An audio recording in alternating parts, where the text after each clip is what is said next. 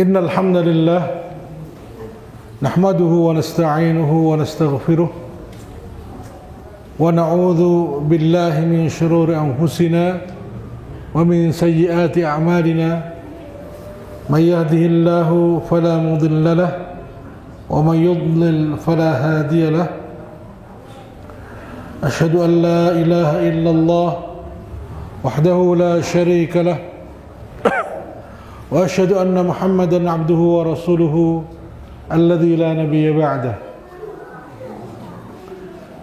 Allahumma salli wa sallim wa barik ala sayyidina wa nabiyyina wa habibina wa syafi'ina wa maulana Muhammad sallallahu alaihi wasallam wa ala alihi wa ashabihi wa man tabi'ahum bi ihsanin ila yaumiddin, amma ba'd.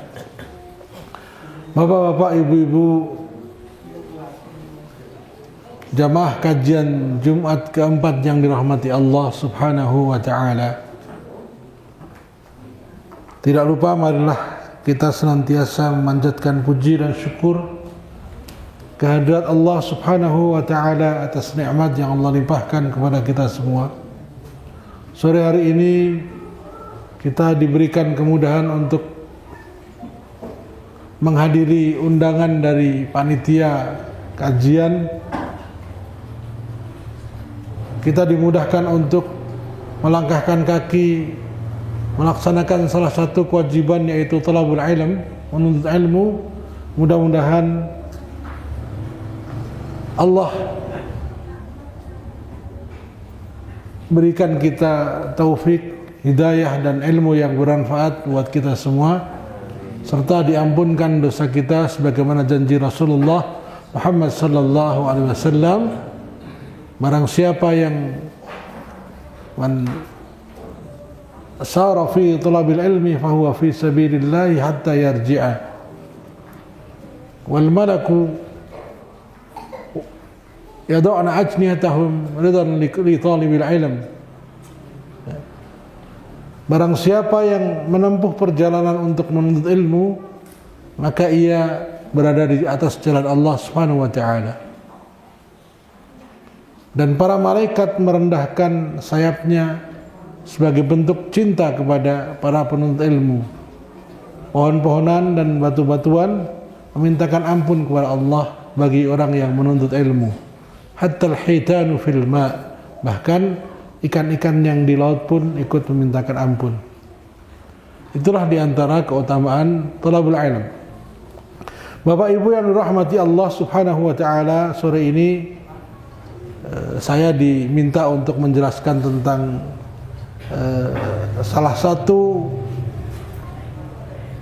tanda, kalau kita bilang tanda akhir zaman. Sebenarnya istilah tanda akhir zaman ini kurang pas, karena tanda itu boleh ada, boleh enggak. Rasulullah SAW menyebutnya asyratus sa'ah, syarat-syarat datangnya kiamat. Jadi syarat.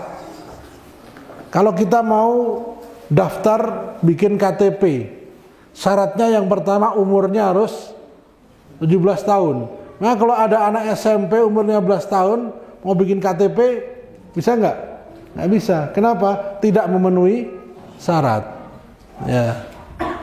Jadi syarat itu harus ada, sesuatu yang harus ada sebelum kita melakukan sesuatu. Umpamanya kita mau sholat, syarat sahnya sholat diantaranya wudu.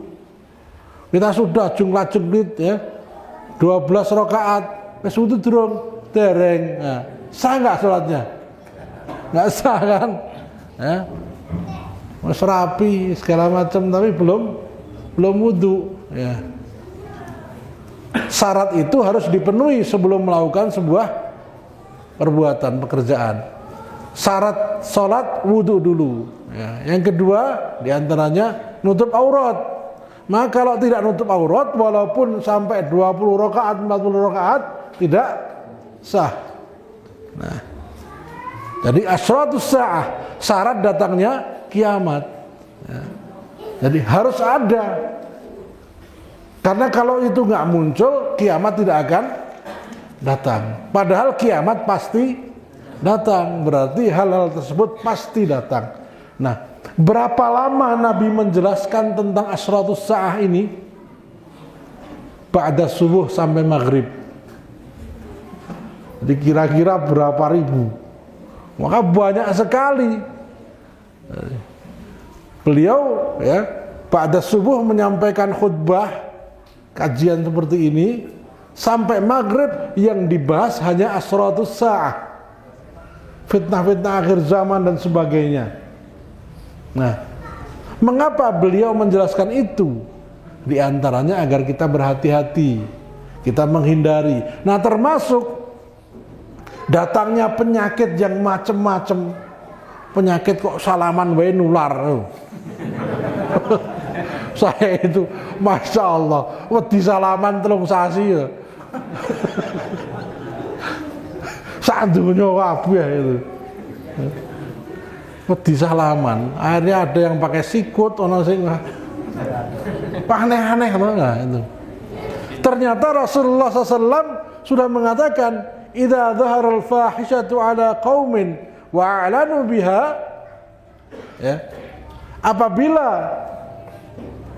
perbuatan keji, zina, mabuk-mabukan, ya, riba sudah merajalela pada satu kaum, satu bangsa, dan mereka terang-terangan melakukannya tanpa malu, maka Allah akan turunkan al-auja', at-ta'un, wabah, wal auja' allati lam takun madad ala aslafihimul ladina madaw, ya, wabah penyakit dan penyakit-penyakit yang belum pernah terjadi atas kaum-kaum sebelumnya.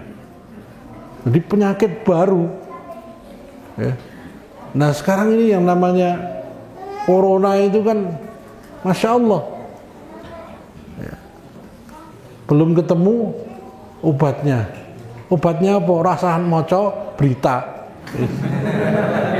Itu obatnya itu rasa diwaca berita, aja buka internet, itu obatnya corona, ya. Dan itu seluruh dunia ketakutan. AIDS sampai hari ini belum ada yang menemukan obatnya. Ebola waktu itu semakin banyak. Kenapa? Karena kemaksiatan merajalela, manusia melakukannya dengan sangat bangga. Dalam sebuah hadis yang diriwayatkan oleh Imam Hakim, hadis ini sahih, Rasulullah SAW bersabda, "Idza qtaraba az-zamanu kathura labsut tayalisah." Apabila waktu kiamat sudah dekat, ya, kalau dibilang dekat itu bukan berarti 100 tahun, enggak, ya. Tanda kiamat yang paling besar itu diutusnya Nabi Muhammad SAW. Nah, sudah nggak ada lagi nabi yang lain. Setelah itu apa? Kiamat sudah. Ya. Apabila kiamat sudah dekat, maka kathura labsut tayalisah, akan semakin banyak orang yang menggunakan pakaian tapi auratnya terbuka kemana-mana. You can see. Ya, itu orang yang nggak sabar njahitake, durung rampung wis dijigo airnya keleke ketok, ya. Nah, itu. Sekarang ini kan coba dilihat, celana sing dituku malah sing suwek-suwek, ya, bolong. Nah. Ya seperti itu, mengumbar aurat di mana-mana. Wa kathrat tijarah, perdagangan semakin banyak. Bahkan hadis yang lain, antara pasar dengan masjid jaraknya sudah sangat dekat. Antara pasar dengan pasar berdekatan. Namanya pasar Alfa sama pasar Indo. Mart itu kan pasar, ya. Indomaret sama Alfa Mart, coba. Itu sudah merupakan tanda-tanda dekatnya kiamat. Wa kathural mal, semakin banyak orang kaya.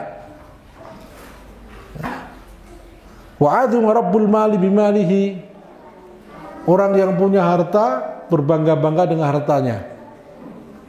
Sekarang siapa yang nggak punya motor? Semua punya motor. Dulu yang punya motor sekampung cuma satu. Sekarang mobil pun banyak sudah. Ya. Maka suratul fahisyah, perbuatan keji, zina juga merajalela. Wa kanat imartus sibyan, lalu muncul pula pemimpin-pemimpin kekanak-kanaan, anak-anak kecil jadi pemimpin. Yaitu namanya sayang anak, sayang anak. Saking sayangnya ya, jangan sampai anaknya nggak jadi wali kota, dilawankan kotak kosong. Coba antara kotak kosong sama otak kosong menang mana? Cuma bedanya beda satu huruf aja, K ya. Kotak kosong sama otak kosong. Ya, itu salah satu kemajuan Indonesia. Ya, anaknya maju, mantune maju, besane maju, sak keluarga maju kabeh itu. Wa kathuran nisa, jumlah perempuan semakin banyak. Ya, 1:7, 1:10, saking oke perempuan. Wajar sultan, dan para pemimpin menjadi sewenang-wenang, zalim, rakus. Wa tufifa fil mikyali wal mizan, manusia mudah ngakali timbangan dan ukuran. Ya. Penipuan-penipuan dalam perdagangan sudah biasa, dan itu didukung oleh pemerintah. Pengambilan harta secara paksa tanpa izin. Panjenengan isi pulsa listrik 100.000, dapatnya berapa? 91.000. 10%-nya buat pajak penerangan jalan, jalannya tetap gelap. Coba nanti kalau ngisi pulsa diperesani 100.000 dapatnya 99.000, yang 9.000 pajak penerangan jalan. Padahal ya jalan-jalan kita sendiri kan yang nerangin. Nah, itu satu pajak. Beli pulsa handphone ada pajaknya enggak? 10%. Ke Indomaret ada pajaknya. Jadi setiap hari kita tuh bayar pajak 10%. Sementara zakatnya memang setahun sepisan, nek mampu tur 2,5%. Coba merampas harta apa enggak itu? Maka Rasulullah SAW mengatakan, ya, orang yang paling dilaknat itulah orang yang mengambil harta dengan cara mengambil pajak itu. Ya. Bayurabbar rajulu jarwa kalbin khairun lahu min ayyurabbiya waladan lahu. Ini semakin banyak ini. Seorang manusia lebih suka memelihara anjing daripada punya anak. Di barat sudah banyak ini ya. Mereka ini salah satu keberuntungan. Di Jerman itu orang kalau punya anak dapat hadiah. Karena saking mereka nggak mau pada punya anak. Di Jepang juga gitu. Lah wong Islam seneng wis. Banyak anak, banyak rezeki, banyak bonusnya pula ya. Makanya di Eropa pertumbuhan kaum muslimin sangat pesat. Kenapa? Mereka meyakini ya, banyak anak banyak rezeki. Sementara pemerintahnya ngasih bonus. Anak 5 ya 5. Itu saya mengalami ketika di Australia begitu. Anak 5 itu ya 5 dapat tunjangan dari pemerintah. Satu anak satu tabungan. Itu kalau umurnya 18 tahun. Sekolah rambayar. Itu hampir di semua negara-negara Eropa Amerika gitu. Nah, meskipun seperti itu, orang ya pada nggak mau punya anak, bahkan nggak mau nikah. Ya. wala yuwaqqar kabirun wala yurham saghirun. Orang tua sudah tidak lagi dihormati, anak kecil tidak lagi disayangi. Itu tanda-tanda akhir zaman yang nanti berkaitan dengan kepemimpinan kanak-kanak. Wa yuktsaru auladuz zina. Anak-anak hasil zina semakin banyak. Ini sudah mulai terlihat tuh. Hatta anna ar-rajula la yughashshir mar'ata ala qari'atit tariq wa yaqulu amsaluhum fi dzalika az-zaman law i'tazaltuma 'anit tariq. Ini yang paling mengerikan dari semua tanda-tanda ini, ya. Anak hasil zina semakin banyak, kemudian perzinaan sudah begitu bebas sampai-sampai seorang laki-laki berzina dengan perempuan di tengah jalan, ya, terang-terangan nggak malu. Bahkan orang yang paling soleh hari itu nggak bisa ngomong apa-apa kecuali bilang kalau zina mbok jangan di sini, gitu aja. Amar ma'ruf nahi mungkar ming kaya ngono, kono jero kono, coba. Ini hadis Nabi ini, kono jero kono itu. Mlebu oleh. Bukan dilarang tapi saking lemahnya. Saking lemahnya iman hari itu. Sehingga menyaksikan orang zina itu cuma bilang le mlebu oleh gitu loh. Aja nang jopo, coba. Ini kerusakan ini kan dimulai dari kecil-kecil. Nah, maka Nabi dengan menunjukkannya apa? Supaya kita lihat nanti akan seperti itu. Makanya dalam hadis sahih disebutkan, ya, kelak nanti di akhir zaman ada orang-orang yang melakukan amar ma'ruf nahi mungkar, pahalanya 50 kali lipat pahala kalian. Para sahabat kaget. Ya, Nabi SAW pernah bersabda, la tasubbu ashabi, janganlah kalian mencela sahabat-sahabatku, karena seandainya kalian berinfak emas sebesar gunung Uhud, kalau dibandingkan dengan infaknya sahabat itu hanya seujung kuku, saking besarnya keutamaan para sahabat. Tetapi kok ini di akhir zaman ada orang, sekelompok orang yang amalnya 50 kali lipat amal sahabat. Nah, kalau amalnya sahabat, amalnya kita segunung Uhud emas saja cuma sekukunya sahabat. Lah ini kalau 50 kali lipatnya sahabat terus kaya ngopo gedenya pahala. Maka sahabat kaget. Lalu mereka bertanya, "Ya Rasulullah, khamsina minna aw minhum?" 50 kali lipat pahala mereka antara mereka atau dengan kami. 50 kali lipat dibandingkan kalian. Siapakah itu? Orang-orang yang tetap melaksanakan amar ma'ruf nahi mungkar di saat orang-orang seperti ini. Itu, ya. Allah, Rasulullah SAW berikan janji seperti itu. Nah, wa yalbasuna juludad da'ni ala qulubid dhi'ab. Orang-orang memakai pakaian kulit kambing, tapi hati mereka seperti serigala. Jadi kemunafikan, pura-pura pakai peci tapi maksiatnya jalan terus, ya. Seolah-olah orang alim padahal dia seorang yang zalim, ya. Amsaluhum fi dzalika zaman al-mudahin. Yang terbaik di masa itu adalah orang yang suka cari muka, suka pencitraan.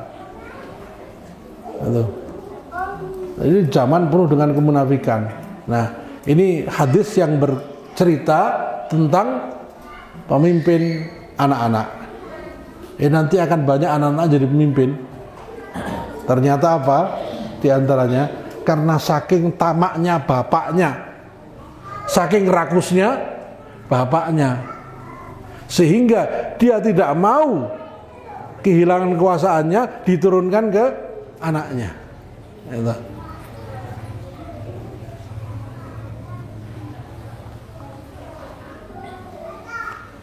Dalam hadis sahih disebutkan Abu Hurairah radhiyallahu anhu berkata, "A'udzu billahi min imaratis sibyan." Aku berlindung kepada Allah. Beliau mengangkat tangannya, ya, mengatakan, "A'udzu billahi min imaratis sibyan." Aku berlindung kepada Allah dari pemimpin kanak-kanak. Lalu sahabat bertanya, apa yang dimaksud dengan pemimpin kanak-kanak? Apa umurnya masih kecil? Atau orangnya tua tapi sifatnya kayak anak kecil? Nah, beliau tidak menjelaskan, tapi beliau mengatakan, in ata'tumuhum halaktum wa in asaitumuhum ahlakukum. Beliau ditanya, yang dimaksud pemimpin anak-anak itu seperti apa toh? Beliau malah mengatakan, kalau kalian taati mereka, kalian akan hancur agama kalian, rusak agama kalian, hilang akidah kalian.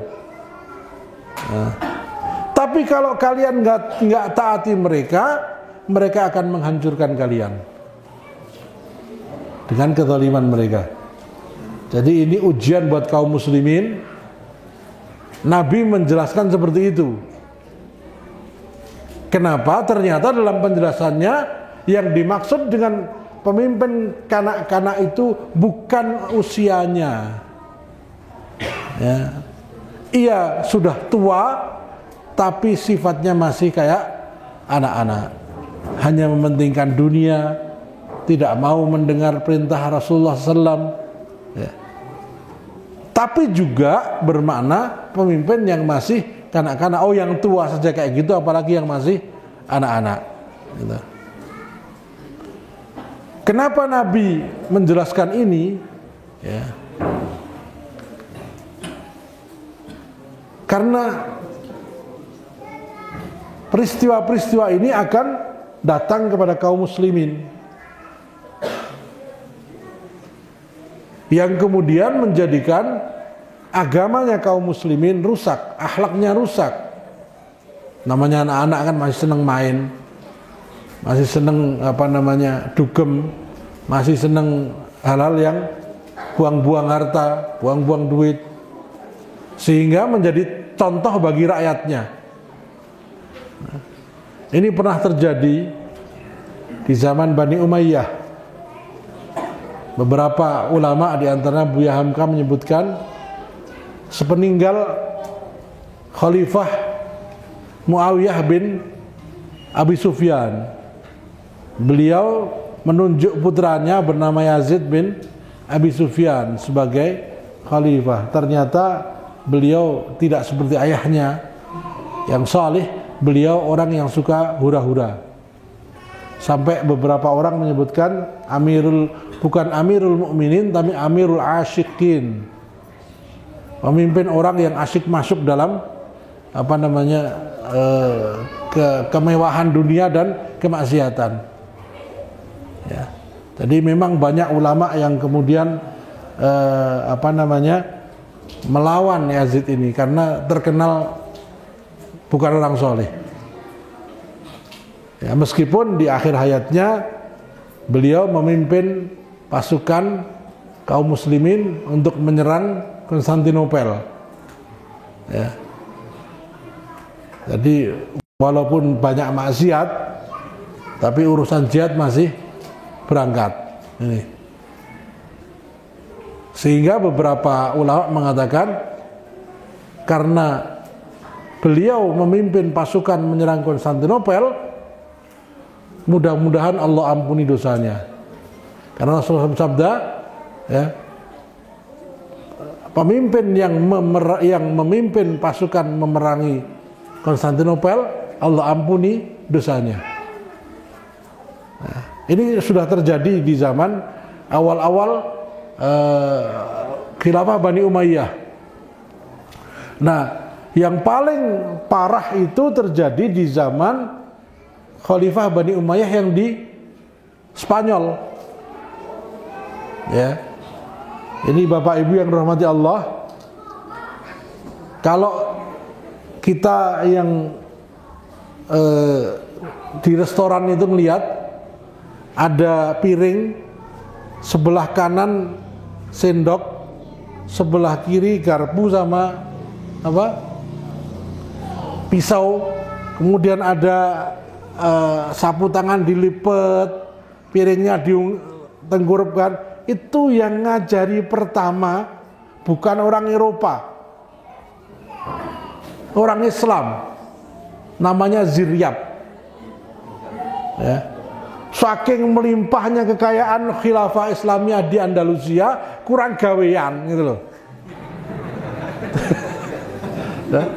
Jadi hidangan pembuka, hidangan utama, hidangan penutup itu bukan dari Eropa. Yang ngajari pertama orang Spanyol, orang Muslim Spanyol. Ya, itu setelah kondisi kekayaan melimpah, mereka kurang gawean. Ya. Itu. Jadi kehidupan ini sudah terjadi. Apa yang terjadi? Setelah 800 tahun berkuasa di Spanyol, akhirnya di masa Ratu Isabella mereka dikalahkan, dan hari ini umat Islam hanya 1% di Spanyol. Padahal 800 tahun berkuasa. Masjid Cordoba jadi museum, jadi gereja.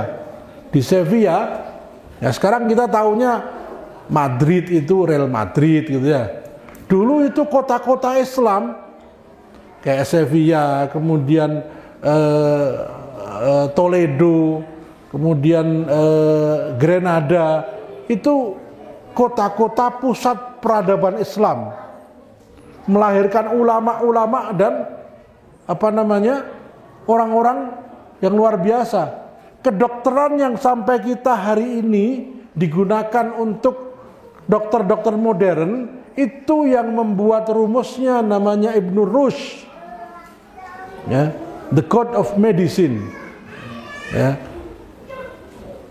Qanun at-Tibbi, kitabnya namanya Qanun at-Tibbi, Al-Qanun fit Tibbi, aturan-aturan dalam pengobatan. Diterjemahkan ke bahasa Inggris menjadi The Code of Medicine. Jadilah pengobatan hari ini. Ibnu Sina, orang Andalusia juga, itu orang pertama yang menemukan 40 macam pisau bedah, dan itu sampai hari ini masih dipakai. Dokter bedah pertama. Supaya nggak kelihatan itu orang Islam, maka disebutnya bukan Ibnu Sina, Avicenna. Nah, orang Barat, orang Inggris belajarnya kemana? Ke Andalusia. Nah, dalam tulisannya Dr. Raghib Asy-Syirjani mengatakan, ya, kemewahan yang begitu luar biasa yang dialami kaum muslimin di Andalusia menyebabkan mereka hidup dalam foya-foya. Yang tadinya banyak datang ke majelis ilmu mulai ditinggalkan. Yang ramai kafe-kafe, ya. Perpustakaan sepi, konser-konser mulai ramai. Nah, bahkan beliau menyebutkan ada seorang bernama Ziryab. Ziryab itu penyanyi, namanya Ziryab, ahli syair, suaranya luar biasa, merdu sekali. Nah, dialah yang menjadi pembuat orang pertama yang mengajarkan tata busana dan tata boga. Ya, itu orang Islam dulu. Nah, ini maka Nabi Muhammad SAW mengingatkan, ya, gaya hidup yang seperti itu akan menghancurkan agama kalian. Maka kalau mulai nampak seperti itu, segera cegah. Nah, Walaupun pasti datang, ya, kata-kata pasti datang itu bukan berarti kemudian kita diam saja. Wah, nanti pasti datang di akhir zaman, maksiat merajalela, ya wes dinenge wae. Bukan begitu. Itu berarti kesempatan bagi kita untuk melakukan amar ma'ruf nahi mungkar. Cegah jangan sampai terjadi. Ya.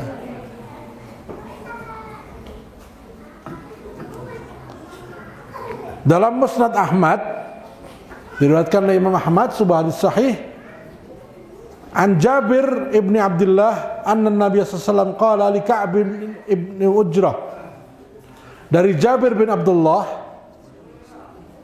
bahwa Rasulullah sallallahu alaihi wasallam bersabda kepada Ka'ab bin Ujrah, a'adzakallahu min imaratis sufaha, aku memintakan perlindungan kepada Allah atasmu dari kepemimpinan orang-orang bodoh. Ya. Pemimpin yang bodoh, pemimpin, ya. Ini muncul, kenapa muncul pemimpin yang bodoh? Karena sudah tidak ada lagi orang yang pandai. Rasulullah bersabda, innallaha la yaqbidul ilma intiza'an, innallaha la yanzi'ul ilma intiza'an, walakin biqabdil ulama, fa idza lam yabqa minhu alimun ittakhadhan nasu ru'usan juhalan fas'aluhu fa'aftu fadallu wa adallu. Apabila sesungguhnya Allah tidak akan mencabut ilmu dari umat manusia ini dengan sekali cabut, tidak, tetapi dengan mencabut nyawa para ulama, meninggalnya para ulama. Jadi meninggalnya ulama itu musibah bagi kaum muslimin. Nah, hari ini kan sudah berubah, meninggalnya artis diratapi, ulama meninggal nggak banyak yang tahu. Ibnu Aksakir menyebutkan, inna mautal ulama sulmatun la tusadd wa najmun tumis. Sesungguhnya matinya orang alim, orang berilmu itu seperti kekosongan yang tidak bisa diisi lagi. Jadi jurang yang tidak bisa dilewati lagi. Wa najmun tumis, seperti bintang yang mati, nggak bisa diganti lagi. Wa mautul alimi ahabbu ila syaitan min mauti alfi abidin. Matinya satu orang yang memiliki ilmu syariah yang kuat, matinya seorang ulama lebih disukai oleh setan dibandingkan matinya 1000 orang ahli ibadah. Orang 1000 orang yang setiap malam tahajud, ya, mati, itu setan lebih senang ada satu orang yang berilmu mati. Nah, kenapa? Karena kematian para ulama akan memadamkan cahaya ilmu, lalu muncul orang-orang bodoh. Ya. Nah, kebodohan yang paling bodoh itu adalah la yadri annahu la yadri. Kalau bahasa Jawanya, rumongso iso, ora iso rumongso. La yadri annahu la yadri, tidak tahu bahwa sebenarnya dia nggak tahu. Itu namanya sebodoh-bodohnya manusia. Ya.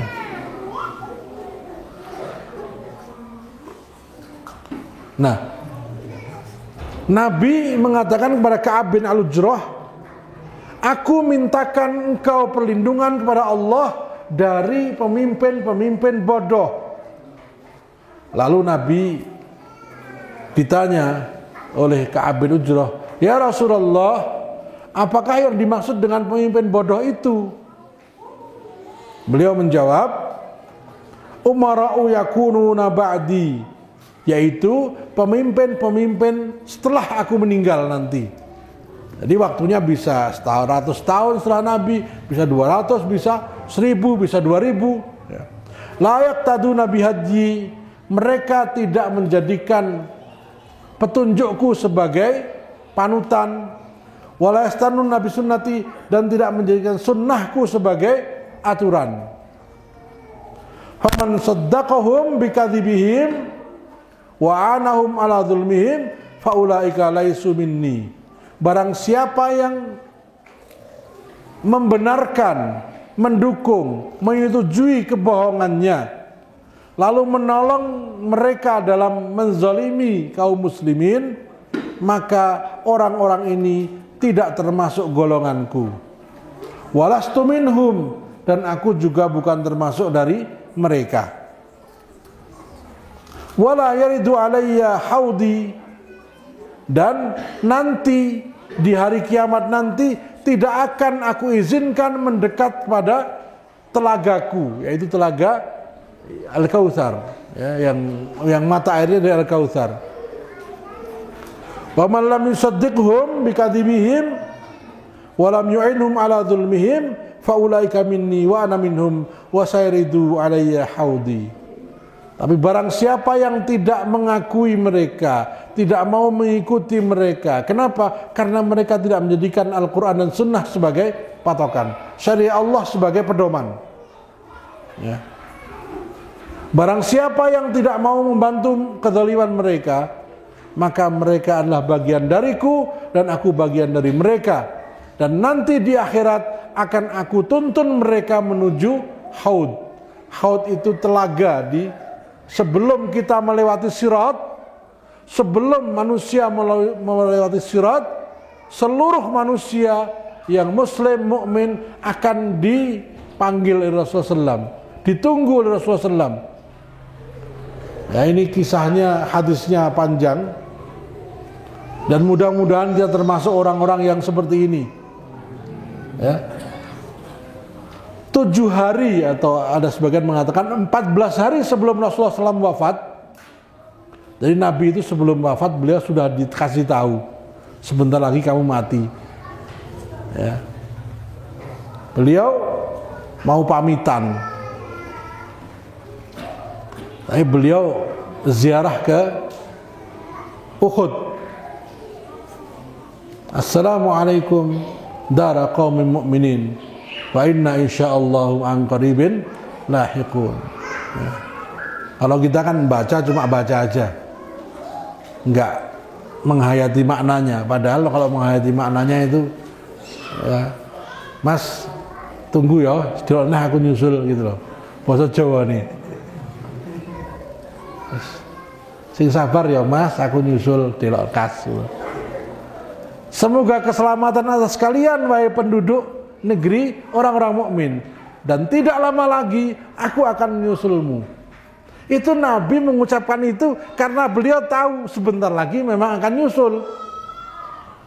Karena ya, 3 bulan sebelumnya beliau didatangi oleh malaikat, tidak sebutkan nama malaikatnya, yang ditemani Jibril, menawarkan kepada Nabi, ya Muhammad, wahai Muhammad, aku diutus oleh Allah untuk memberimu 2 pilihan. Yang pertama, kamu menjadi nabi sekaligus raja, hidup sampai hari kiamat, dan kau di tanganmu seluruh perbendaharaan kekayaan bumi ini. Itu pilihan pertama. Yang kedua, kamu sebentar lagi menemui Rabbmu. Nabi milih yang kedua, ya. Milih yang kedua. Lah pas cerita begitu, ya Rasulullah, kenapa nggak kau pilih yang pertama? Aku milih yang kedua. Jadi Nabi sudah ditawani, pilih mati suwe atau sedone suwe atau sebentar lagi. Malah pilih sebentar lagi, ya, karena kerinduannya bertemu dengan Allah Subhanahu wa Ta'ala, ya. Man ahabba liqa Allah, ahabballahu liqa'ahu. Barang siapa yang cinta untuk segera bertemu Allah, Allah pun cinta untuk segera bertemu dengannya. Nah, karena beliau sudah mulai merasa dekat, beliau mungkin nemui dulu sama pamannya. Assalamualaikum wahai pamanku Hamzah, sebentar lagi aku akan menyusulmu. Nah, kalimat setelah ini beliau mengatakan, wadittu law anni qad ra'aitu ikhwani. Sungguh betapa senangnya aku, ya, kalau aku bisa bertemu dengan saudara-saudaraku. Nah, sahabat-sahabat di samping Nabi, awalasna ikhwanuka ya Rasulullah, bukankah kami saudaramu ya Rasulullah? Kata Nabi, la, bukan. Antum ashabi, kalian ini sahabat-sahabatku. Ya. Bayangkan, di depannya makam pamannya, di sebelah kiri kanannya para sahabatnya, kok Nabi bilang, aku kangen sedulur-sedulurku. Loh, kula niki sinten kan itu ya? Kok malah kangen dengan orang lain? Lalu sahabat bertanya, siapa saudaramu? Ikhwani alladzina ya'ishuna min ba'di yu'minuna bi walam yarawni. Nah, ini saudara-saudaraku adalah orang-orang yang hidup setelah aku mati, tidak bertemu denganku, belum pernah ketemu sama aku, belum pernah melihatku, tapi mereka beriman kepadaku. Ya, termasuk mudah-mudahan kita. Nah, dan aku menunggu mereka di haudi, di telagaku. Ini sabda Nabi selanjutnya. Aku tunggu mereka. Jadi Nabi menunggu saudara-saudaranya. Apa sahabat gak ngiri loh? Malah sing ditunggu wong liya gitu loh. Nah, ditunggu. Nah, bayangkan ya, setelah kita capek ya, berhari-hari di padang mahsyar, semua kesulitan yang kita hadapi tidak bisa kita bayangkan. Kemudian Nabi Shallallahu Alaihi Wasallam sudah menunggu, ya, dan masing-masing kita itu dengan tangan beliau dikasih minum dari haud itu, dipanggil satu-satu, wahai fulan bin fulan, sini minumlah, mana anakmu, mana istrimu.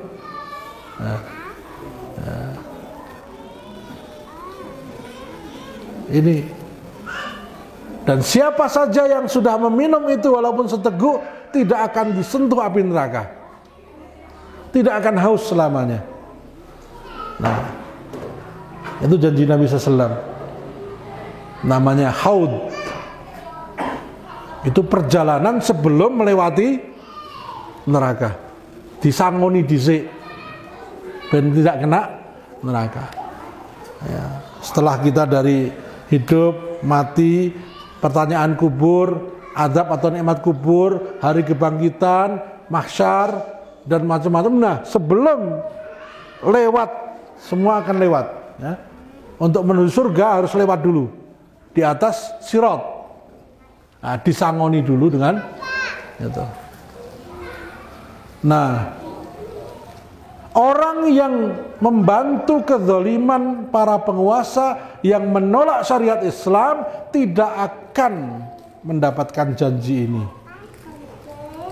Tidak akan aku panggil untuk mendekat ke khautku. Kata Nabi, suhkon, pergi kalian. Sebagaimana seorang penggembala mengusir kambing yang bukan punyanya karena mengganggu kambing-kambingnya. Kambing yang mau minum kan rebutannya. Kemudian ada kambing orang lain diusir sana, diusir, hus gitu.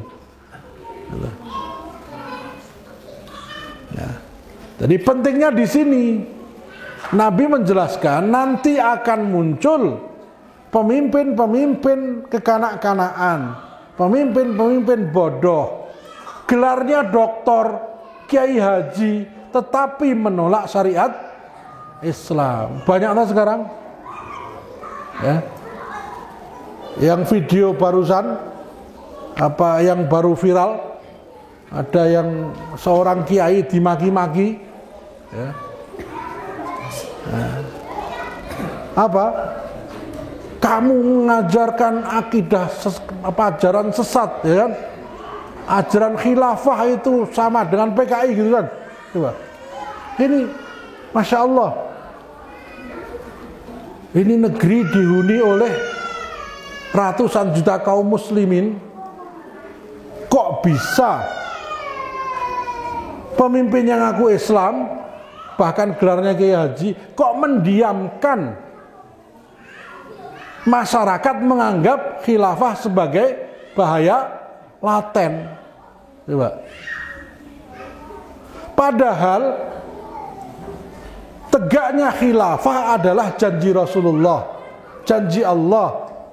Kiamat tidak akan datang sebelum khilafah tegak di bumi Syam. Bapak Ibu yang dirahmati Allah SWT, sebelum salam, kalau sholat kita baca apa? Allahumma inni a'udzubika min adzabil qabri, min fitnatil, ya, yang terakhir min fitnatil masihid dajjal.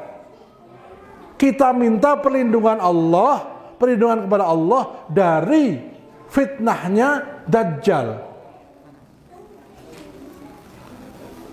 Semua nabi dari Nabi Adam sampai Nabi Muhammad, tidak ada satupun yang tidak memperingatkan umatnya dari bahaya dajjal. Saking bahayanya, ya.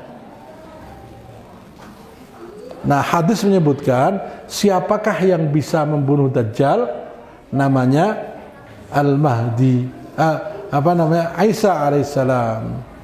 Nah, Nabi Isa itu sebagai pengikut waktu itu, bukan pemimpin. Yang mimpin siapa? Al-Mahdi. Nah, Al-Mahdi itu adalah khalifah yang dijanjikan oleh Allah SWT. Jadi kalau tidak ada khalifah yang bernama Muhammad bin Abdullah Al-Mahdi, ya, maka Dajjal tidak akan mati. Sehingga kalau kita minta perlindungan, aku minta perlindungan dari fitnah Dajjal, berarti ya Allah, lindungilah kami, kalahkanlah Dajjal dan tentaranya. Kalahkanlah Dajjal dan bala tentaranya. Berarti kita minta berdoa, ya Allah, tegakkanlah khilafah yang dipimpin oleh Muhammad bin Abdullah Al-Mahdi atau Imam Mahdi itu. Karena dialah yang bisa melindungi umat dari dahsyatnya fitnah Dajjal. Jadi kalau kita minta perlindungan kepada Allah dari fitnah Dajjal itu, minta kepada Allah agar segera ditegakkan khilafah. Lah kok malah dianggap sebagai ajaran sesat? Nah, ini harus disampaikan seperti ini. Kenapa? Bisa-bisa, ya, orang ini hilang imannya, ya.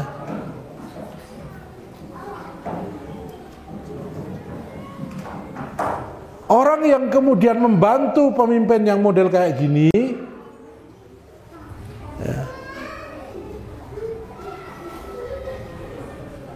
kata Nabi, laisu minni, aku bukan bagian dari mereka, bukan bagian dariku.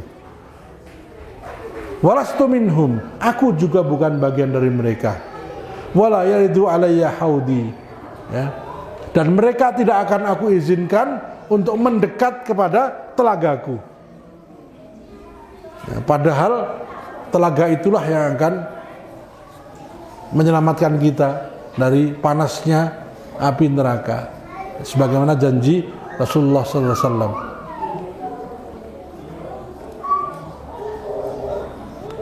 Saking berbahayanya pemimpin-pemimpin seperti ini, dan itu terjadi pada negara-negara yang mayoritas Muslim. Jangankan Indonesia, sekarang Saudi pun sudah mulai seperti itu. Muhammad bin Salman ini sudah membolehkan berbagai macam yang dulunya tidak boleh. Di Saudi, di Mekah, provinsi Mekah sudah ada konser K-pop. Artis Korea juga di Jeddah. Jeddah itu kan provinsinya masuk provinsi Mekah. Jadi di provinsi Mekah itu sekarang sudah ada konser artis-artis Korea, konser Yani juga sudah, kemudian konser apa lagi, bahkan di Riyadh itu malah siapa namanya, bukan ya nggak penting sih sebetulnya, ya, tapi terkenal sebagai artis yang sangat seronok, ya itu. Manggung di Riyadh. Nah, ini. Dan sekarang udah biasa di beberapa pantai di Saudi sudah dibolehkan pakai bikini saja. Nah, jadi, bahkan negara-negara Arab sudah mulai biasa kayak begitu. Ya. Di Indonesia masih mending. Ya, kita di sini kalau mantenan kan jarang yang joget-joget ya. Di sana tuh serbanan, gue jubah joget tuh. Iya toh. Coba kalau nggak percaya lihat di YouTube. Ya. Jadi kalau di sini dicucupi tangannya karena gue serban, gue jubah itu. Di sana joget-joget karena serban dan jubah itu pakaian tradisional mereka. Nah di sini sedang gepseh ya. Itu Jawa. Akhir gue serban, gue jubah wis. Ya dicucupi, dianggap syekh, ya, Habib. Padahal di sana itu anak-anak muda gitu ya, kebut-kebutan ya pakai jubah. Jadi semua negara yang dihuni kaum muslimin akan mengalami kondisi seperti ini. Dipimpin oleh orang-orang yang mengaku muslim, tetapi mereka anti dengan aturan Allah SWT. Maka Nabi tidak hanya memperingatkan, tapi juga memberikan ancaman. Siapa saja yang meyakini kebenaran yang mereka bawa padahal itu zalim, batil, mengakui mereka, membantu mereka, maka aku bukan bagian dari mereka dan mereka bukan bagian dariku, dan nanti tidak akan aku panggil mendekat pada, tidak akan aku izinkan mendekat pada telagaku, haud. Nah. Jadi yang dimaksud dengan pemimpin kanak-kanak itu bukan hanya usianya, ya. Pemimpin bodoh bukan karena dia bodoh, maksudnya nggak sekolah, bukan.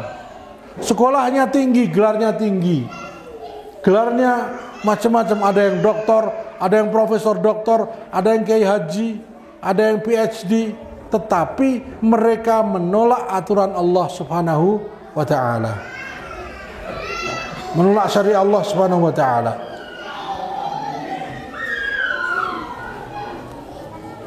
Bapak Ibu yang dirahmati Allah Subhanahu wa ta'ala, hari ini di seluruh dunia, ya, hampir dikatakan sudah tidak ada lagi satu negara pun kecuali Brunei Darussalam dan Saudi masih sedikit yang menerapkan syariah Islam. Ya. Syariat Islam sudah dianggap sebagai ancaman, dimusuhi, dianggap sebagai kuno, ketinggalan zaman, ya, memecah belah. Nah ini sedikit, ini masih bulan Agustus ya. Indonesia sebagai negara yang paling besar penduduk muslim, ini merupakan musibah buat kita semua, di mana perjuangan melawan penjajah Belanda dan Jepang yang berlangsung selama ratusan tahun itu tidak ada satupun yang berlandaskan nasionalisme. Semua berlandaskan jihad fisabilillah. Ya. Pemimpinnya para ulama, Pangeran Diponegoro, Tuanku Imam Bonjol, para sultan-sultan. Ini kenyataan sejarah. Maka ketika kemarin tanggal 1 Muharram kemarin ada mau dirilis video jejak khilafah di Indonesia. Itu video berkisah tentang sejarah khilafah di Indonesia. Tiba-tiba videonya nggak bisa di setel. Ya, nggak mungkin kalau bukan pemerintah yang melakukan itu. Ya, mau siaran langsung seluruh Indonesia. Kenapa? Jangan sampai umat Islam paham bahwa negeri Indonesia ini adalah negeri yang selama beratus-ratus tahun diatur dengan aturan Allah. Dari Samudra Pasai dipimpin oleh Sultan Iskandar Muda, itu syariah Allah. Ya. Kesultanan Melayu di Medan juga berdasarkan syariah Islam. Di Riau, Kesultanan Pekanbaru, Kesultanan Riau, Kampar, Siak, Kesultanan Palembang, sampai ke Jawa, Kesultanan Banten, ya, Kesultanan Cirebon, Kesultanan Mataram, Kesultanan Demak, ya. Terus nyebrang Kesultanan Bima, ke Kalimantan, Kesultanan Banjar, Pontianak. Itu semua sultan-sultan mengatur rakyatnya dengan syariah Islam. Memang saingan sama anak kecil tuh lebih berat, ya. Apalagi dipimpin anak-anak, ya.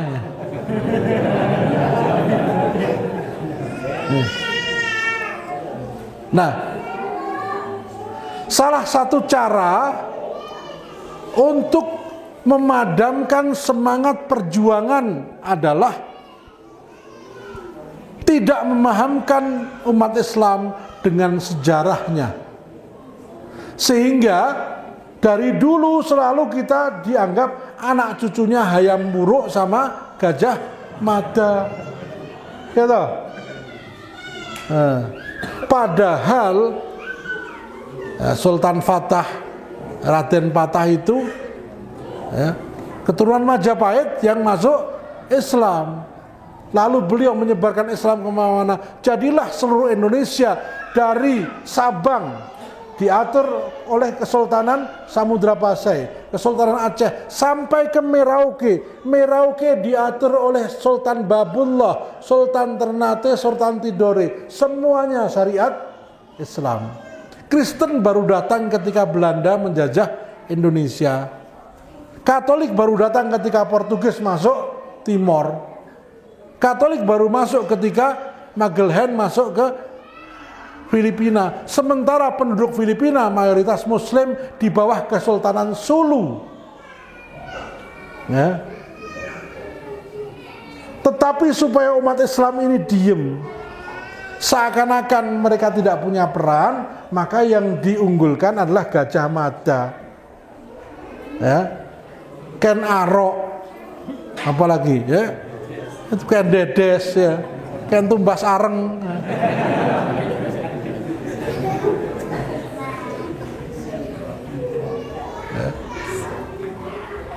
Supaya yang dianggap sebagai nenek moyang kita adalah itu.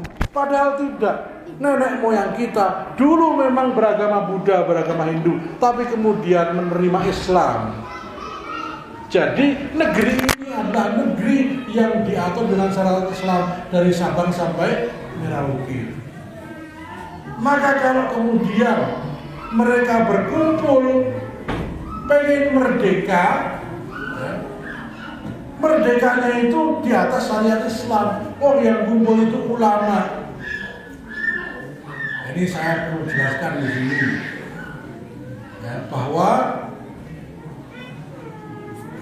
di tahun 1945 itu yang menguasai lapangan itu para ulama, yang megang laskar-laskar itu para ulama, Laskar Hizbullah, Laskar Sabilillah. TNI belum ada, TKN juga belum ada. Para komandan-komandan itu apa? Kalau mau berangkat berjihad, sowan dulu pada kiai, ada kiai Parak Bambu Runcengnya, terkenal dari Parakan. Mereka sowan dulu kiai minta doa.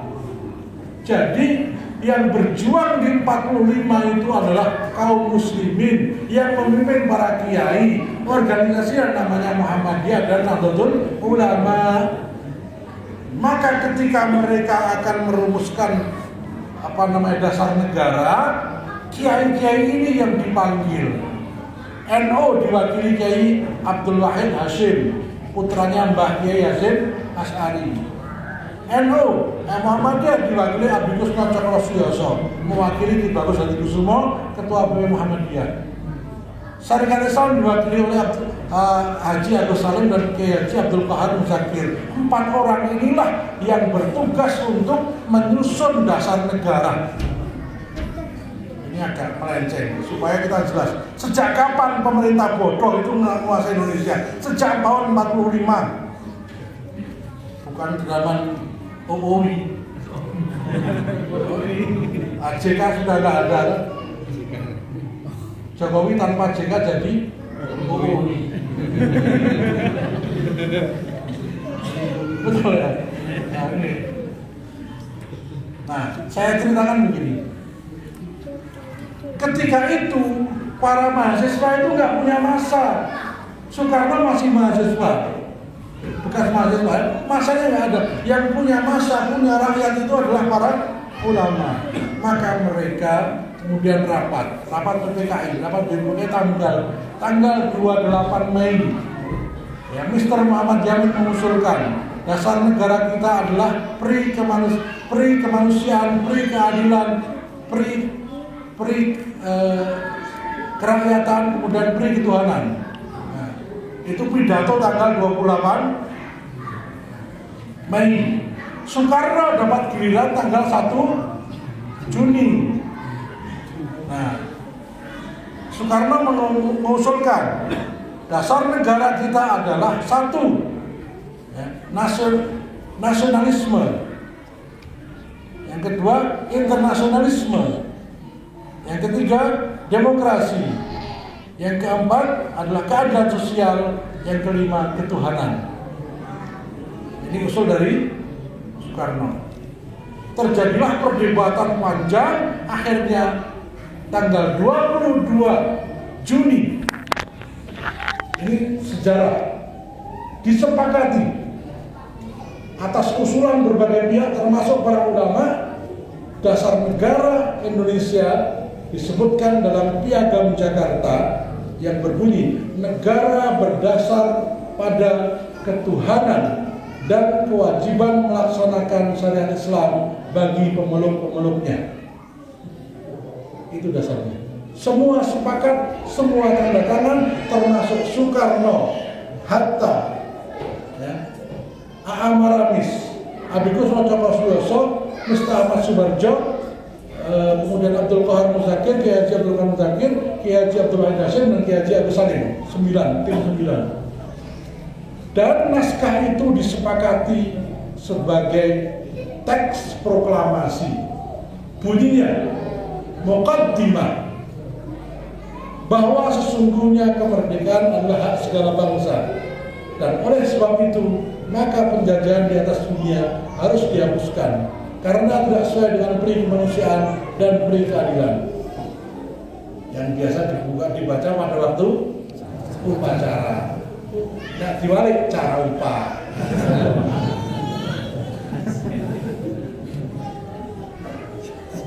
Upacara bicara upaya.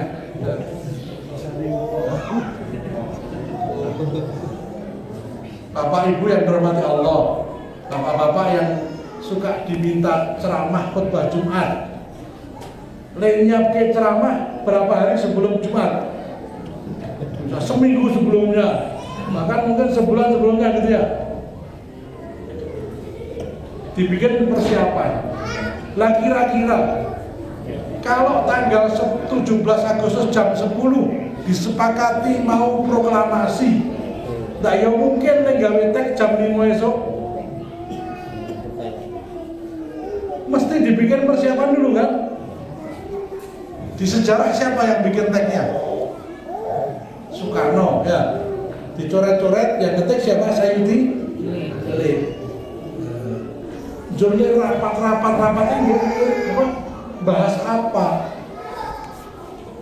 Sing dibahas apa nek lali tek proklamasi ini.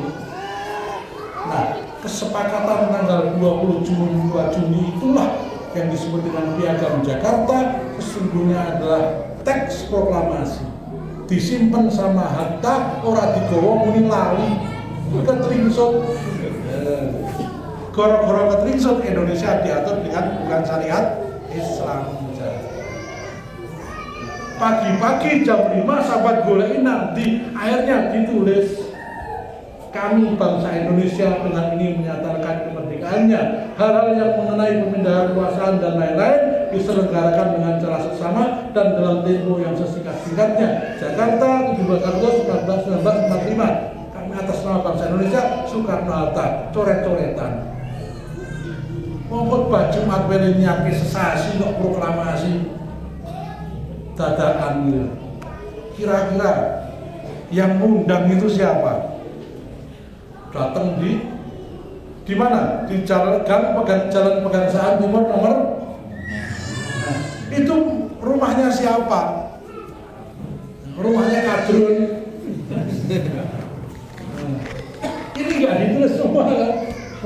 Nah, teks itu adalah teks proklamasi. Soekarno nggak mau. Kenapa? Karena Soekarno punya ideologi sendiri namanya Marxisme. Apa itu Marxisme? Ceritanya begini. Tahun 1917 kerajaan Kekaisaran Rusia digulingkan oleh orang-orang sosialis, orang komunis, dipimpin oleh Stalin, Lenin dan sebagainya, yang disebut dengan revolusi Bolshevik. Ini sejarah, jadi orang tidak akan, kalau saya baca sendiri dari bukunya Soekarno, di bawah bendera revolusi. 1917 kerajaan Rusia jatuh, berkuasalah Stalin, jadilah negara komunis. Waktu itu kerajaan Rusia termasuk kerajaan yang sangat dibenci rakyatnya karena zalim. Maka kemudian seluruh dunia gadang-gadang, oh yang bisa membebaskan dari penjajahan adalah ideologi komunis. Seperti dulu ketika Iran melakukan revolusi Islam Iran, kaum muslimin berbondong-bondong mengelurukan siapa? Khomeini ya. Nah ini juga begitu. Mahasiswa semua ingin menjadikan sosialisme sebagai ideologi melawan penjajah. Nah, Soekarno sedang belajar di ITB. Dosen-dosen ITB itu orang-orang ateis.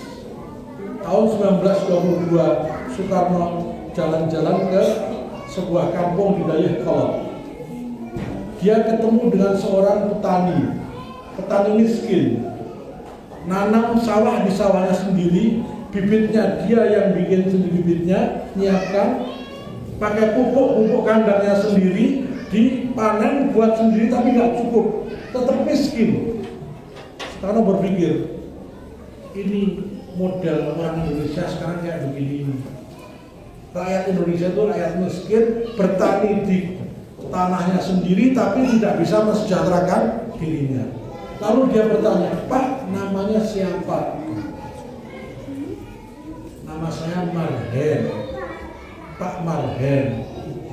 Nah, maka kemudian Soekarno mengatakan kita harus membuat suatu perubahan ideologi sosialisme sebagaimana di Rusia.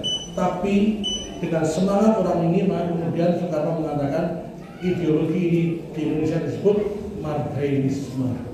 Jadi marhainisme itu sosialisme ala Indonesia yang disebut dengan gotong royong. Yang sekarang mau diusulkan menjadi Eka Sila. Gotong royong itu sosialisme yang disesuaikan dengan orang Indonesia. Itu dijelaskan banyak sekali. Dalam pidatonya mengatakan, ya, saya tidak mau punya anak yang tidak kiri. Itu sudah mau. Nah, karena perjuangannya sama-sama bareng-bareng dengan kaum muslimin, maka di saat mau merdeka, ya, karena kalah suara, ya sudah. Tapi tanggal 17 Agustus pura-pura hilang. Akhirnya membacakan. Tanggal 18 Agustus kemudian memaksa para kiai tadi untuk mencoret kata-kata kewajiban melaksanakan syariat Islam bagi pemeluk-pemeluknya. Kalau ini nggak dicoret, Indonesia Timur akan melepaskan diri. Kiai Abdul Wahid Hasyim mengatakan itu mungkar, tidak mungkin seperti itu, tidak boleh umat Islam tunduk. Namun akhirnya dengan berbagai macam janji, kalimat itu dicoret sampai hari ini. Ya. Jadi kepemimpinan sufaha orang bodoh itu sudah dimulai dari sejak Indonesia merdeka. Bodoh bukan gelarnya yang telah sekolah, bodoh karena menolak syariat Islam. Itu sudah lama, bukan cuma sekarang. Ya ini sisanya panjang, apa yang saya sampaikan adalah sejarah agar kita semua tahu. Mohon maaf waktunya sudah habis. Mohon maaf apabila ada kata-kata yang kurang berkenan, apabila ada kalimat-kalimat yang kurang pantas, saya kembalikan kepada pembicara. Assalamualaikum warahmatullahi wabarakatuh.